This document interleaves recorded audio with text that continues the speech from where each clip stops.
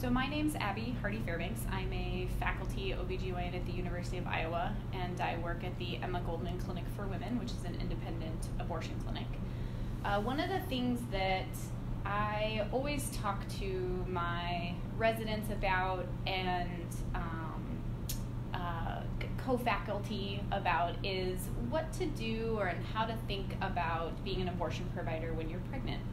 One of the things, I've have two children at home, and I was pregnant with both of them while doing both what are referred to as elective procedures and then what are referred to as the medically indicated procedures, even though I don't love that language. But I was very concerned when I first, got pregnant, thinking about how are patients going to react to this, and what is that going to be like for them? What is it going to be like for me going through pregnancy and providing this service? And I remember being a little nervous about it because I had some friends from residency who had stopped doing second trimester procedures after pregnancy just because their feelings on providing the service, was something that changed throughout pregnancy. So one of the things I encourage all of my residents to do is to be very present as they go through their pregnancy, to think about, I'm 8 weeks pregnant and I'm doing an 8-week procedure. How do I feel about that? And to be introspective about that. I think, I remind them that pregnancy is transformative for all of our patients. It should certainly be transformative for us, and to allow that process, to allow those feelings in as you go through pregnancy.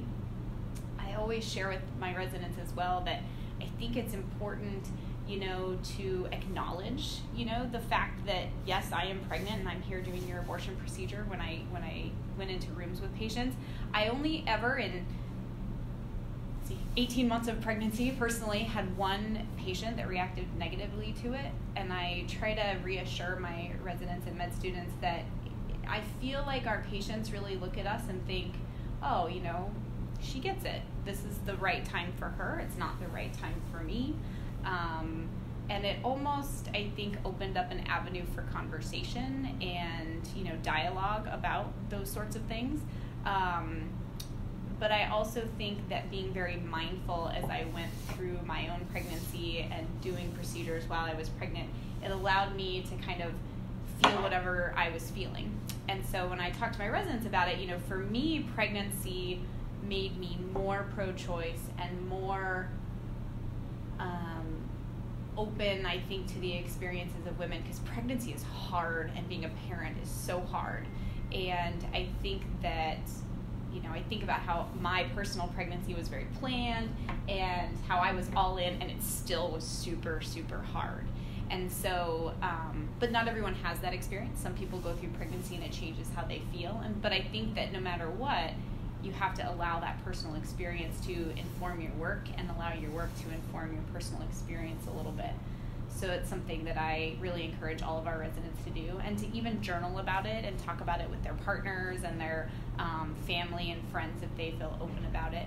And then other staff at the clinic too. That was something else that I made sure to let the other staff know.